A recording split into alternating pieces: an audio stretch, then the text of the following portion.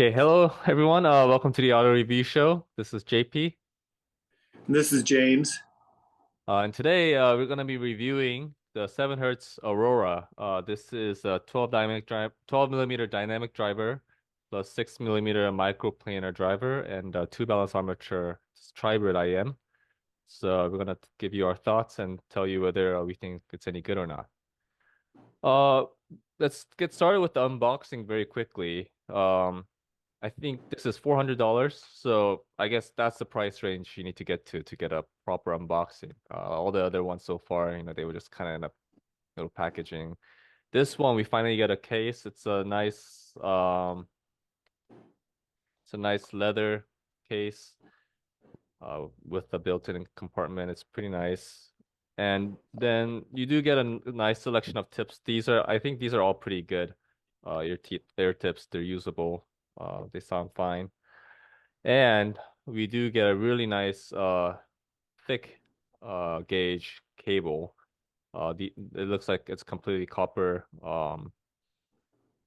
It's really thick. It's a 8 core. No, I'm sorry, it's a 4 core cable thick. And it does come with interchangeable plugs. It comes with a 4.4 balanced and 3.5 unbalanced. So uh, it does give you a little bit flexibility there. So nice cable. I do have few complaints. You have any thoughts on the cables or the packaging, James, first? Let's see. I would say, yeah, agreed. I like the kind of premium packaging. I don't really care about packaging, honestly, but I do like that leatherette case. I think it's a nice way to carry the IEMs. Tips, I agree with you. I think they're good tips. This is sort of a Dunu style sticky tip. I'm not a huge fan of the shape, but I love the way they feel. I kind of wish they had made these dome shaped tips with this more rigid, stickier silicone because I like the way it feels in my ear and I think it seals really well. Um, Cable, I feel like Jacob Marley. I feel like I'm on a chain gang. I mean, this is like, what is this? This is like a rope. It's the word. It is good quality cable and it sounds good, but man, it's like I've got this like a chain around my neck and it's too big for me. I like a thin cable that just disappears when I'm wearing it, and this is not that. Um, yeah, my complaint about the cable is, I think it feels nice. I like thicker cables. My only complaint is this plastic around the ear hook. It's really stiff and it has no flex at all. It's like it is the shape that it is. So I'm gonna talk about the shell in a little bit, but just the cable when you put it on your ear, like because of this ear hook shape, it just sticks out. And I've tried it with other IEMs. It's just a cable shape itself. So I like the cable. It's modular. It's great. But because of the ear hook, I don't think I'll ever use it. Unusable for me. I don't know about you. Yeah, I wouldn't use it either. It's funny, the ear hook thing doesn't really bother me, probably because it fits my ears. But I've Mm. had other cables that are rigid like this that don't, and they just Yeah. drive out. And yeah, that's no good. You don't need to make a cable like that. Just make it flexible. It's easy. Not Oh. sure how I feel about a right angle. Sometimes it works, sometimes it doesn't. Generally, I'd say I'm more a fan of a straight tip. The right angle thing, I don't know. It just kind of never really comes out at the right angle for me. It hasn't been an issue for me. I appreciate that it's modular. Um, because you have to pay quite a premium in the past to get a modular cable, Mm-hmm. but it's come stock with it. So I like that, but yeah, I guess it depends on your setup, Yeah, what device you're I using. agree. Modular is good. There you go. So they're pretty. It's got this kind of like metallic, I don't know if it's titanium, I don't know if it's heat treated or not, but it's got this kind of metallic faceplate to it. It's pretty, but I don't know about yours, but I've used my set maybe a few times at most, and they're already scratched up. Like there's already scratches on it. For some reason, I've never like taken it out or anything, but mine are already scratched up. So I think these Mm. metallic faceplates, they're kind of scratch magnets. Uh, Yeah, I've got a little dent in one of mine, and I actually have just used these very gently. It is an interesting pattern. It's sort of like a Damascus steel, yeah. where it's like that layered steel, which I think is the look they were going for, and it's cool.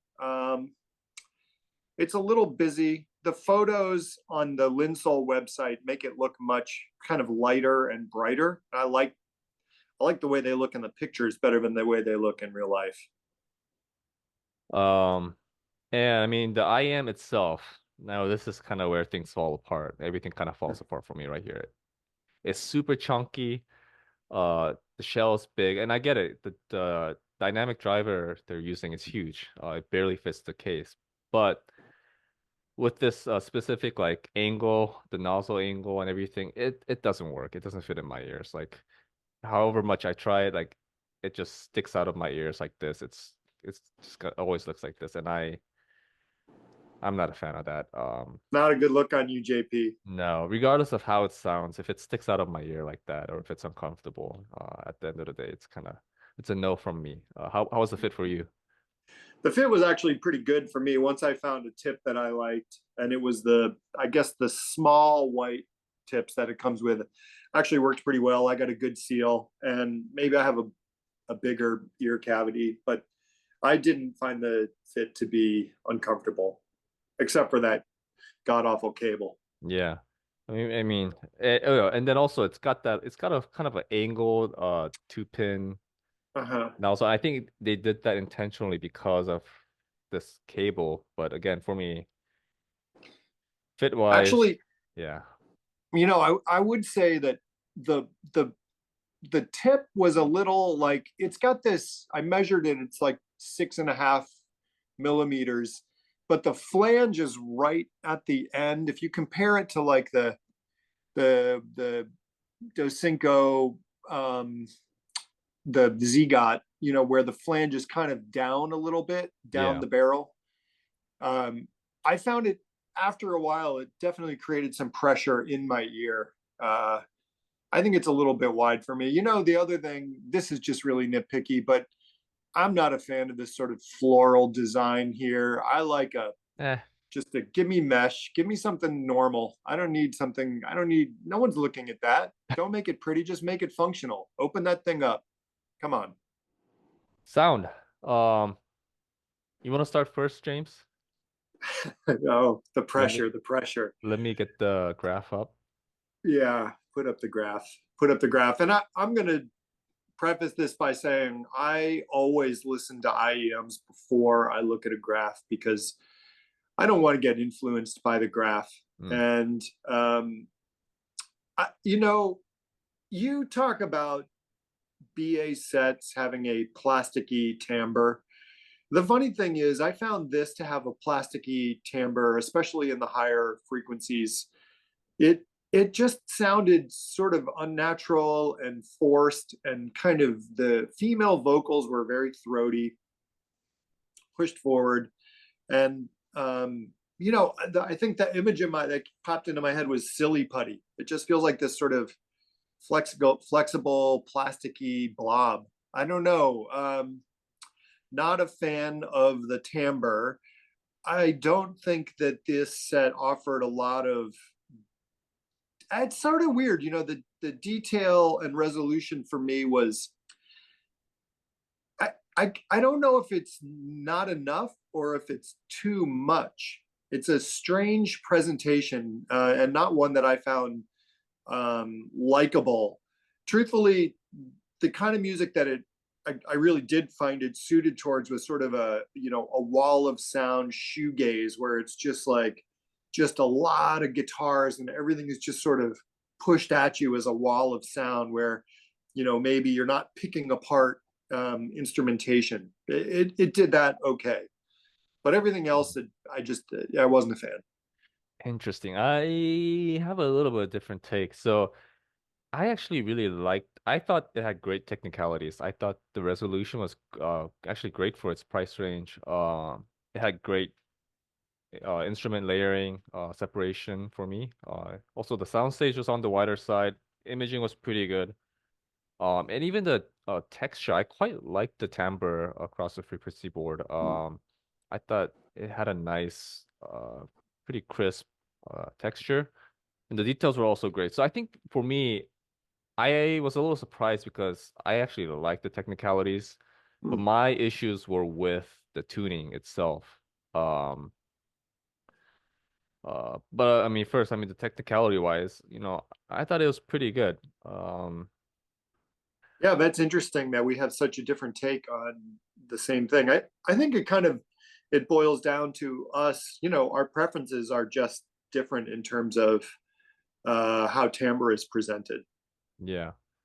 For me, I mean, actually, you're right. So female vocals, I did think it came across a little bit harsh and a little bit nasally, but male vocals, I actually like the texture, especially the lower registers, the kind of the V-shaped bloat. It actually helped the vocals in that sense.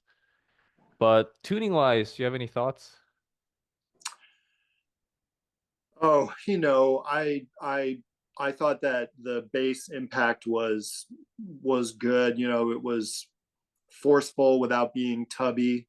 Um, I think I probably liked the low frequency presentation the best on this IEM. Bass wise, yeah, I agree. The best part about this IM was the bass. Impact is really good. It has a kind of a slower decay, but everything is really thumpy. Kick bass is crisp. It has good impact. It's really powerful. Again, it is a V-shaped, so there is quite a bit of bloat in the lower mids. And it shows up in a lot of instruments and vocals. But as I said, I think it does help with giving a little bit of a texture, especially in the male vocals. Mhm. But yeah, I mean, the best thing is the bass. And if I think for people who like bass and only like bass, this is great. This will work for them. Treble, if it looks a little bit peaky, and it kind of sounded like that too. Especially the upper registers. Cymbals and hi-hats, they were a little bit too brilliant, especially in certain tracks. They just sound quite metallic and a little bit unproportional. I didn't Yeah, really I would enjoy that. agree. There was no shimmer with the cymbal strikes ever. It was like and maybe it was too fast of a decay. I'm not sure what was happening, but it felt kind of compressed and forced. It was like a splash with no shimmer. Yeah. It wasn't sibilant or anything uncomfortable, but just the tone was a little bit off, especially in cymbals and Mm, hi-hats. Yeah, I don't have agree. much to say. I mean, Yeah, the bass was good. I thought the technicalities were pretty good, but in terms of just the overall sound, uh, meh. yeah, yeah. There are sets that cost less that I like a lot better. Yeah. So at $400, I don't know. I guess again, for people who love bass, this might be something that they would enjoy. People Hmm. who love bass with big ears. I don't Yeah. know. But I personally wouldn't be spending $400 for the set for myself. What would you buy for 400 bucks? Uh, I would much, much, much rather buy the Hype 4. I think that's also 400, around $400. Yes. Yeah. You Yeah, would, that was my thought. The hype yeah. for 400 bucks is definitely more my cup of tea. So you also wouldn't recommend this. No, I mean if we're going to thumbs, I'm gonna give it two thumbs down, and I really hate doing that because I I just don't want to be mean. This is just not my thing. This set's not my thing. It might be yours. I'm not saying don't try them out, but it's not my thing. I mean, I can see people who are just getting into hi-fi, um, they would enjoy it. It's gonna sound much better than, your typical uh earbuds that they're using or whatever. But for more peop discerning audiophiles, I would say I don't think that's very suitable. And the thing, like you said, like you don't like doing it. unfortunately, I think it's just the nature of this hobby at this point because there's so many IEMs that are coming out every month. Like you got like a Mm, dozen IEMs coming out every month. Some of them are gonna be okay, some of them are gonna be bad.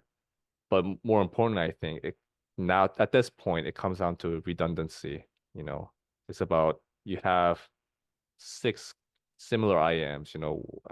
What is actually worth it? How is it, a little bit better than the other ones? mm, And I think our reviews might also kind of will be reflecting a little bit. I think it's gonna be inherent because we're talking about, people, our customers, would we recommend them to spend their money on this or that? mhm, And, if there's something that already sounds good at a similar price point, why would you recommend something else at that, that's mm, something that does the same thing. So it's kind of mm. my 2 cents on that, I guess. Yeah. If there are any other IEMs in the $400 price range that you as listeners want us to compare this to, or you have thoughts on, definitely put them in the comments below. We'd love to read what you think. Yeah. Anyways, from both of us, I think this is a no recommendation. So thanks for tuning in. This was the review of the 7 Hertz Aurora, and let us know what we should review next.